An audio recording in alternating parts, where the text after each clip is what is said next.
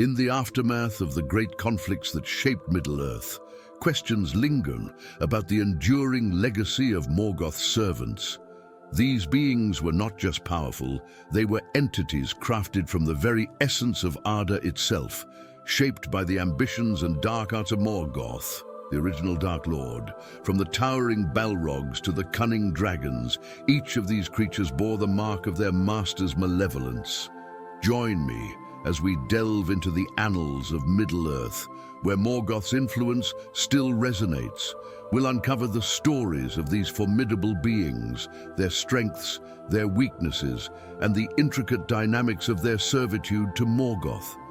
From the inception of the Orcs, twisted reflections of elves, to the fiery might of the Balrogs and the cataclysmic dragons, each tale reveals a chapter in the dark saga of Morgoth's dominion. To understand their essence is to journey into the heart of darkness that once gripped Arda, where shadows and fire intertwined in the service of a master whose thirst for power knew no bounds. These beings, born of shadow and flame, stood as testaments to Morgoth's twisted genius and unyielding will to conquer. So let's embark on this exploration together, where the deeds of Morgoth's servants are etched into the history of Middle-earth, a history fraught with heroism, tragedy, and the relentless pursuit of power.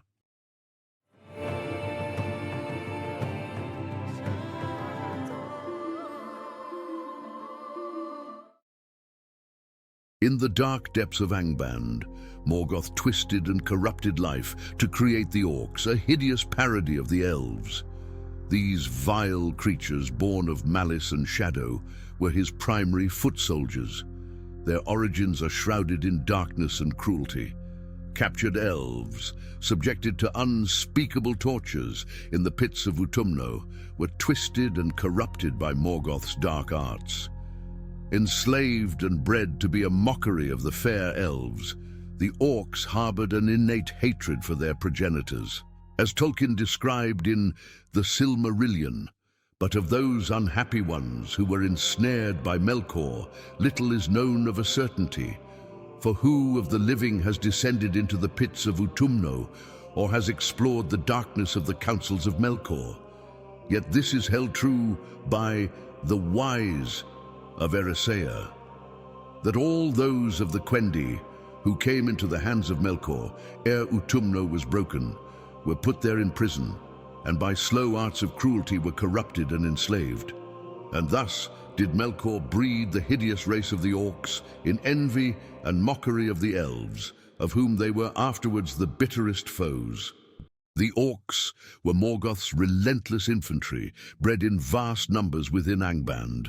Their strength did not lie in individual prowess, but in their overwhelming numbers, which Morgoth unleashed upon Middle-earth in his wars against the Free Peoples. Driven by a relentless urge to conquer and destroy, they were fueled by fear and servitude to their master. Their ferocity struck fear into the hearts of elves and men alike, yet their tendency to infighting reflected their inherent savagery and disorder. Deep in their dark hearts, the Orcs loathed the master whom they served in fear, the maker only of their misery. This dark creation was perhaps the vilest deed of Melkor and the most hateful to Ilúvatar. Next we have trolls. These formidable creatures, created by Morgoth before the First Age, were incredibly strong and served not only as warriors, but also to build and carry machines of war. However, trolls were not without their weaknesses. Their greatest flaw was their vulnerability to sunlight, which turned them to stone. Additionally, trolls were often portrayed as being quite dim-witted. There are many types of trolls in Middle-earth, each with unique characteristics. Noted for killing Arador, grandfather of Aragorn, in the Coldfells.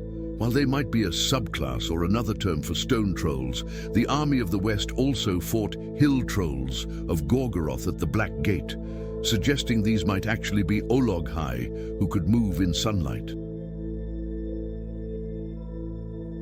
Seen in Moria and the Etten Moors, cave trolls had dark greenish scales and black blood. Their hides were incredibly tough, capable of withstanding significant damage, as evidenced when Boromir's sword was notched by striking one. However, Frodo Baggins managed to wound a cave troll's foot with the enchanted sword Sting. These trolls wielded the great battering ram Grond to break the gates of Minas Tirith. Their exceptional strength, even among trolls, suggests they lived in the mountains. Only alluded to in comparison to Helm Hammerhand, who was described as being like a snow troll when he went out during the long winter. Created by Sauron, the Olog-hai were strong, agile, fierce and cunning trolls that could withstand sunlight under Sauron's influence. They seldom spoke and were believed by some to be giant orcs due to their cunning nature. They appeared towards the end of the Third Age and were found near Dol Guldur and in the mountains around Mordor.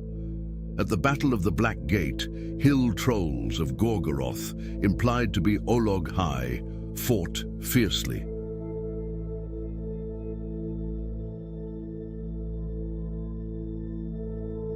These troll-like humanoids from Harad served Sauron in the Battle of the Pelennor Fields. While it's unlikely they had actual troll blood, they were a superior breed of orcs or men. During the Wars of Beleriand, Gothmog, the Lord of the Balrogs, had a bodyguard of trolls. In the Battle of Unnumbered Tears, the great human warrior Húrin faced Gothmog's trolls to protect the retreat of the elven king Turgon. Morgoth's order to capture Húrin alive allowed him to kill all the trolls single-handedly, showcasing the trolls' limitations despite their strength. In the shadows of Angband, Morgoth bred the werewolves, creatures of lupine ferocity and human intelligence. Unlike the shape-shifting werewolves of later myths, these beings were permanently in their beastly forms. The progenitor of all werewolves was Droglin, and the greatest werewolf after him was his scion Karkaroth, a giant werewolf with a venomous bite, bred specifically to slay the legendary Huan, the Hound of Valinor. These werewolves were cunning and capable of complex communication, making them more than mere animals.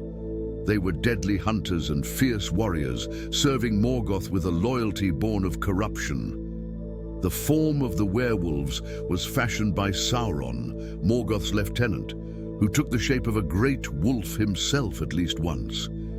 In the First Age, after Sauron drove the Noldor from Tol Sirion, he made the Isle's bastion his abode, and werewolves followed him there. When news of Beron's valiant deeds reached Morgoth, he placed a price on Beron's head. Sauron led an army of orcs, werewolves, and other foul creatures to hunt him down. During the quest for the Silmaril, Sauron captured Beron, Finrod, and their companions, imprisoning them in his dungeons. To force them into revealing their names and purpose, Sauron sent a werewolf to devour the prisoners one by one. Finrod died fighting a werewolf to save Beron. Ultimately, Huan the Hound and Luthien defeated Sauron's minions and drove Sauron himself into the forests of Tar Nu Fuin. By the Third Age, werewolves remained among Sauron's servants. Gandalf mentioned them in conversation with Frodo Baggins after the events at the Ford of Brunnen, listing them alongside orcs, wraiths and wargs as agents of the Dark Lord. Unlike the werewolves of other literature, these did not transform from man to wolf at night, and their behavior had no lunar influences. Therefore, the werewolves of Arda were not shapeshifters and were always in the form of great beasts. They were similar to wolves and the later wargs, but were as intelligent as men, rendering them capable of negotiating and communicating with others. Karkaroth apparently had a venomous bite. It is unknown if this was a common trait of the species, or if it was related to his status as the werewolf destined and designed to slay Huan. Lurking in the darkness, vampires were another of Morgoth's dark creations. Though little is known about these enigmatic beings, they were terrifying creatures of shadow and blood. Thuringwethil, a vampire servant of Sauron, could take the form of a great bat, flying over forests and spreading dread wherever she went. These vampires were likely fallen Maiar, spirits corrupted by Morgoth's influence. Though their lore is sparse, their existence adds another layer to the tapestry of Morgoth's malice. Strengths, ability to take on bat-like forms, spread fear and chaos. Weaknesses, little is known, possibly vulnerable in daylight. Relationship with Morgoth, loyal servants, often spies and messengers. Thuringwethil, whose name means woman of secret shadow in Sindarin, is the only known named vampire of Middle-earth. A spirit of shadow in the service of Sauron, she took the form of a vampire and was his herald. She appears briefly in the Silmarillion, during the quest for the Silmaril, when Luthien disguised herself as Thuringwethil to infiltrate Angband. After Sauron was defeated by Luthien and Huan, Thuringwethil's winged form fell into Luthien's hands. Luthien then wore her bat-like hide and took her shape as she approached Angband. Thuringwethil, in her vampire form, had fingers like barbed claws and wore a bat-like hide. Thuringwethil's depiction in the Silmarillion paints a vivid picture of the eerie and sinister nature of vampires in Middle-earth, adding to the dark and foreboding atmosphere surrounding Morgoth's stronghold. In the deep, dark pits of Angband, Morgoth's most formidable creations took shape. Dragons, or Urulokki, as they were known in Quenya, were among his greatest weapons. Glaurung, the father of dragons, was the first and most terrible of his kind. With his malevolent intelligence, fiery breath, and nearly impenetrable scales, he laid waste to the lands of Beleriand. Glaurung was not just a brute force, he was a master of manipulation and deceit, his cunning mind a weapon as sharp as his claws. Glaurung, described as having a foul disposition and immense physical power, played a crucial role in Morgoth's plans during the First Age. His actions brought despair and ruin to many, most notably in his encounters with Turin Trambar and his sister Nienor, whom he ensnared with his cruel enchantments. Glaurung's reign of terror ended when Trin, driven by a need for vengeance, struck him down in a dramatic confrontation, marking one of the few victories against Morgoth's dragons. Following Glaurung, Morgoth unleashed even more terrifying dragons upon the world. The greatest of these was Ancalagon the Black, the largest and most powerful dragon ever to have lived. During the War of Wrath, Morgoth released Ancalagon and his brood in a desperate bid to turn the tide of battle. Ancalagon's immense size and power were matched only by his ferocity, and his very presence cast a shadow of despair over the battlefield. However, it was the intervention of Eärendil, sailing his ship Vingilot into the heavens, that turned the tide. Accompanied by the Great Eagles, led by Thorondor, Eärendil engaged in a climactic aerial battle with Ancalagon. The struggle raged throughout the day and into a dark night filled with doubt and fear.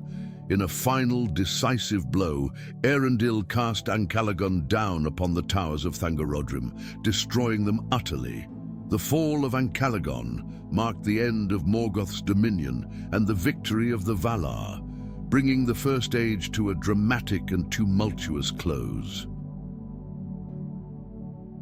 Among Morgoth's most feared servants were the Balrogs, also known as Valaraukir, demons of shadow and flame. These were Maiar spirits corrupted by Morgoth, transformed into beings of immense power and malice. The Balrogs were instrumental in Morgoth's wars, wielding fiery whips and swords, their mere presence inducing terror. The leader of the Balrogs was Gothmog, a being of unparalleled strength and cruelty. Gothmog's dark legacy was marked by his slaying of Feanor, the greatest of the Noldor, during the Dagor Nuin-Gileath.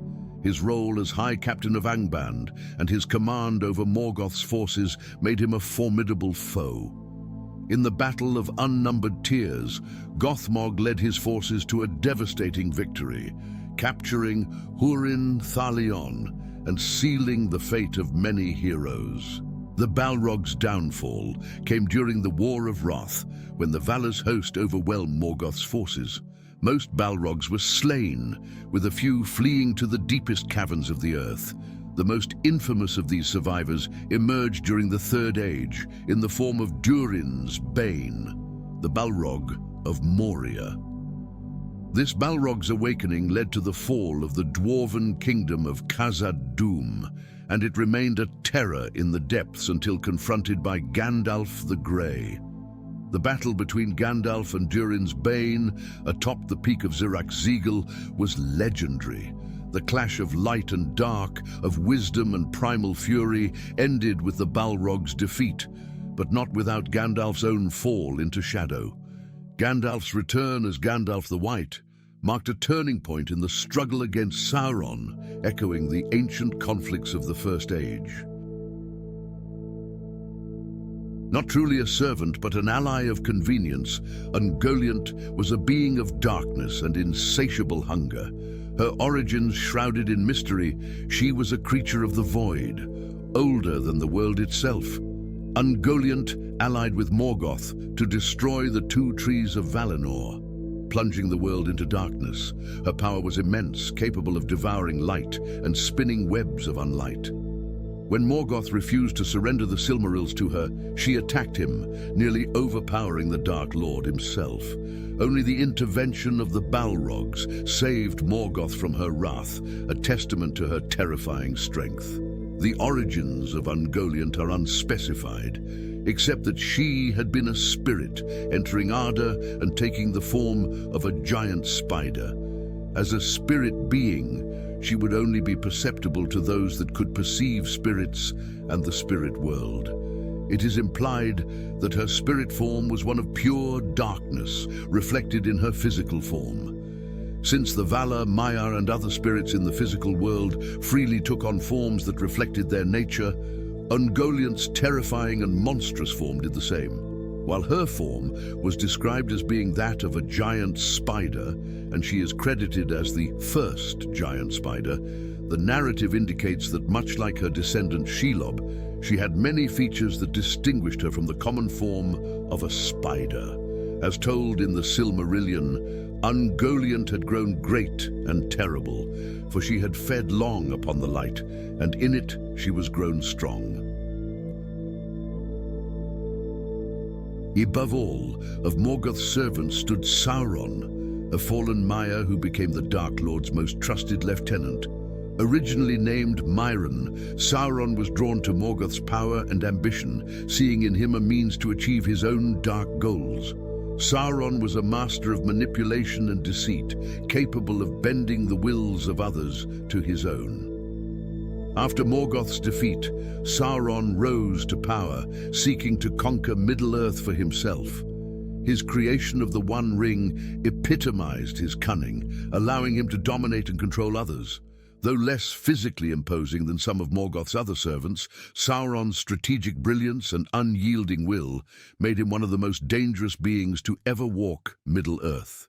The Silmarillion notes, in all the deeds of Melkor the Morgoth upon Arda, in his vast works and in the deceits of his cunning, Sauron had a part, and was only less evil than his master in that for long he served another and not himself. These servants of Morgoth, each a dark reflection of his own corrupting influence, played pivotal roles in the great sagas of Middle-earth.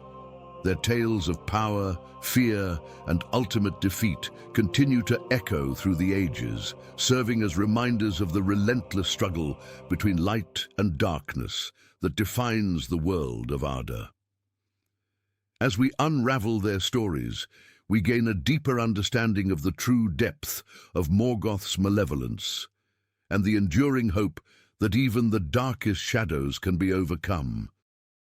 Thank you for watching. If you enjoyed this video, please like, share and subscribe for more Tolkien Explained. We'll see you next time.